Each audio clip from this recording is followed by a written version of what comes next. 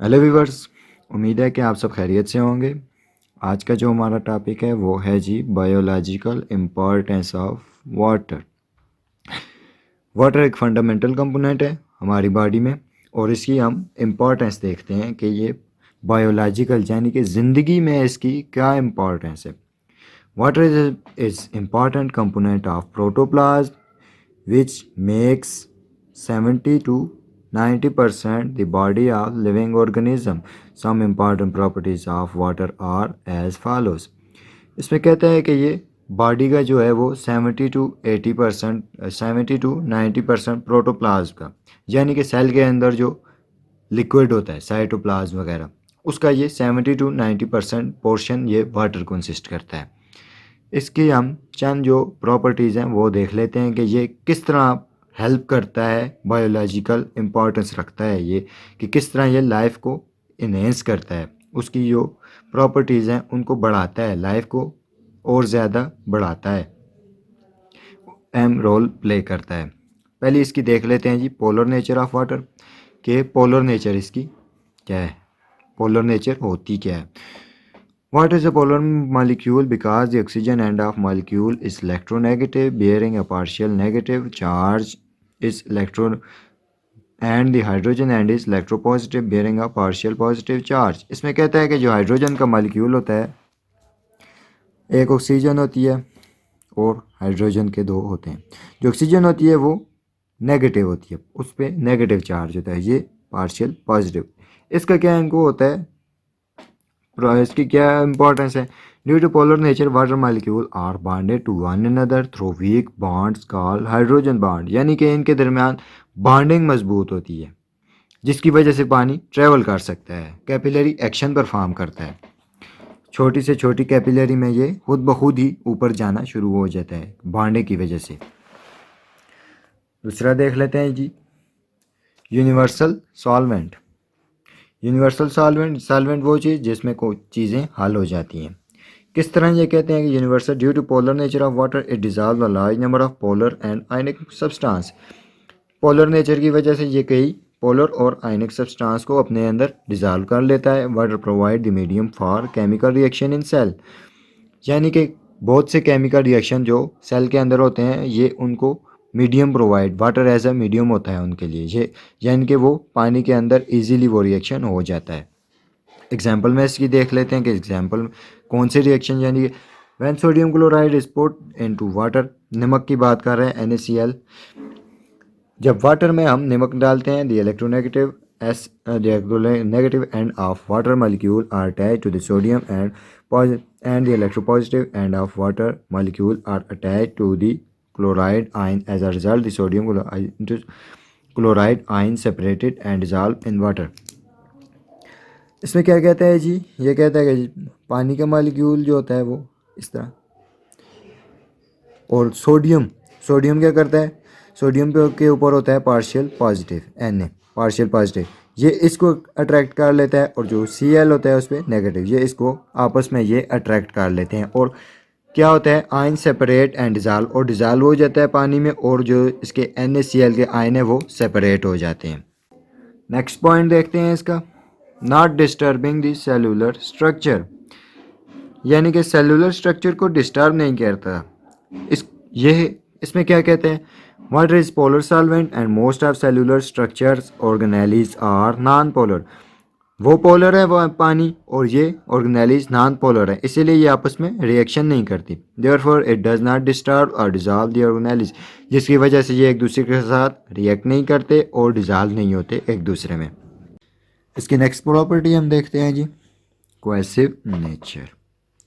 Due to hydrogen bonds water molecules are attached together and do not separate. Water के molecule के दरमियान होते हैं जी हाइड्रोजन बॉन्ड, और ये बहुत स्ट्रांग फोर्स इनकी होती है, एक दूसरे के साथ बहुत स्ट्रांगली अटैच होते हैं, जिसकी वजह से ये कहता है कि are attach together and do not separate, और अलहदा नहीं होते। Due to their cohesive nature water flows freely without breaking apart in living organism, और ये कह रहा है कि इसकी जो नेचर है, प्रॉपर्टी जो इसकी है, इसी की वजह से ये वाटर जो है वो बॉडी के इनसाइड फ्रीली मूव करता है और सेपरेट नहीं होता। इससे ऑक्सीजन और हाइड्रोजन अलग नहीं होते, बल्कि ये कंपाउंड मॉलिक्यूल की फॉर्म में ट्रैवल करता है। नेक्स्ट इसकी प्रॉपर्टी देखते हैं जी। Equal distribution of material, adhesive nature. Adhesive nature इसकी देख लेते हैं। कहता है कि इक्वल डिस्ट्रीब्यूशन ऑफ मटेरियल, यानी कि मटेरियल को ये इक्वली डिस्ट्रीब्यूट करता है। किस तरह? Molecules of water moves from place to place due to adhesive force within the cell or the body and result in equal distribution of all dissolved materials। यानी कि कहता है कि जो मटेरियल्स होते हैं वो पानी में जो होते हैं डिज़ॉल्व हुए होते हैं, उनके साथ ये इक्वली डिज़ॉल्व होता है और ये बॉडी के हर पार्ट को ये इक्वली जब पहुंचता है, उसकी ज़रूरत के मुताबिक उसको पहुंचता है और उसको मटेरियल देता है। High specific heat.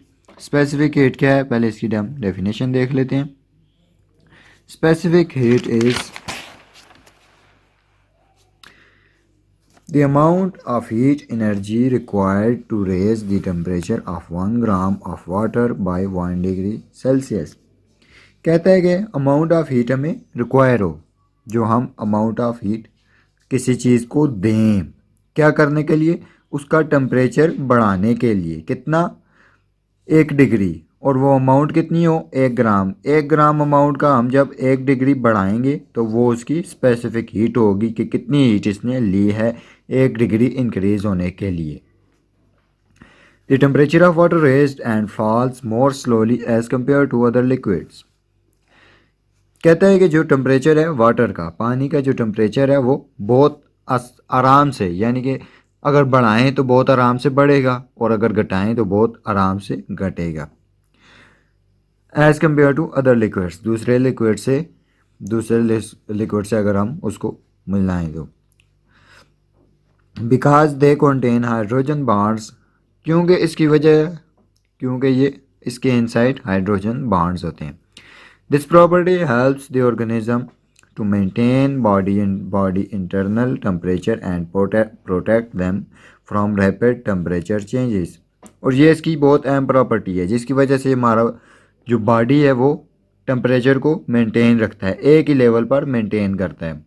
क्योंकि अगर कम हो जाए तब भी हमारी बॉडी फंक्शन नहीं कर सकी, अगर ज़्यादा हो जाए तब भी हमारी बॉडी फंक्शन नहीं कर सकती, और पानी इसमें अहम रोल प्ले करता है, बॉडी को टेम्परेचर को मेंटेन रखता है। नेक्स्ट इसकी प्रॉपर्टी देख लेते हैं जी।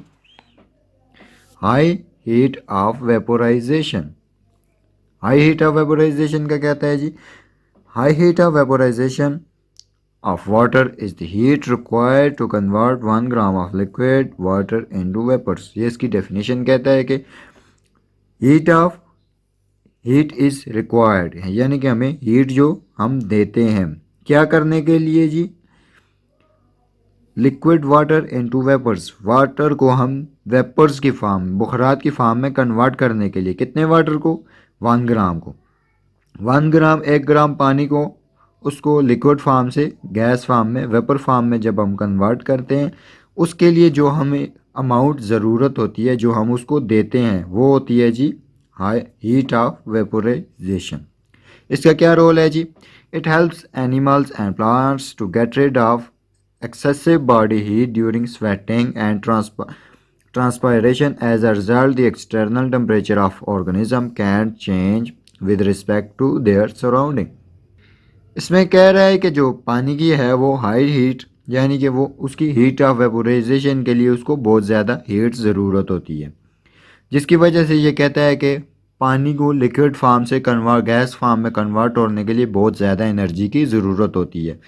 और जब हम गर्मियों में हमें स्वेटिंग आ रही होती है, जो उसके नतीजे में जो हमारी हीट है वो पानी बहुत ज़्यादा एब्जॉर्ब करता है और हमारी बॉडी से आउट होकर बाहर निकल जाता है, जिसकी वजह से हमें कूलिंग महसूस होती है। इसके बाद हम नेक्स्ट देखते हैं जी। Water expand at low temperature. Water expand यानी कि वाटर फैलता है लो टेम्परेचर, यानी कि बिलो 4 सेंटीग्रेड से अगर हम पानी का टेम्परेचर अगर हम घटा दें तो इस पर ये आइस की फॉर्म में कन्वर्ट होना शुरू हो जाता है, बर्फ़ बनने लग जाती है, और ये उस वक्त जो है इसका जो टेम्परेचर ये जो इसकी शेप होती है वो हेक्सागोनल हो जाती है और ये एक्सपैंड यानी कि बढ़ने लग जाता है अपनी। वैसे तो ये लिक्विड फॉर्म में थोड़ी जगह पर होता है, पर जैसे इसका टेम्परेचर बढ़ता है तो ये थोड़ी और ज़्यादा जगह पर अपनी आप को ये उसको कवर कर लेता है, थोड़ी ज़्यादा जगह ये कवर कर लेते हैं। It is the unique property of water that it expands eight low temperature that is below 4 centigrade. कहता है कि ये इसकी यूनिक प्रॉपर्टी है वाटर की कि ये लो टेम्परेचर पर एक्सपैंड हो जाता है, जैसे उसने बताया बिलो 4 सेंटीग्रेड से नीचे। At 4 centigrade, the water is most heavy and less dense than liquid water, and this is reason that ice floats on liquid water. और इसी वजह से कहता है कि जब जो आइस होती है वो ज़्यादा जगह घेर लेती है, और वो जिसकी वजह से ये पानी क्योंकि फिर ज़्यादा डेंस हो जाता है, गाढ़ा ज़्यादा हो जाता है बर्फ़ की निस्बत, क्योंकि वो ज़्यादा जगह घेरती है और जिसकी वजह से आइस जो ऊपर होती है वो फ्लोट करती है, उसके ऊपर होती है, पानी के ऊपर तैर रही होती है आइस। उम्मीद है कि आपको ये वीडियो पसंद आई होगी। हमारे चैनल को सब्सक्राइब, लाइक और कमेंट करना ना भूलिएगा।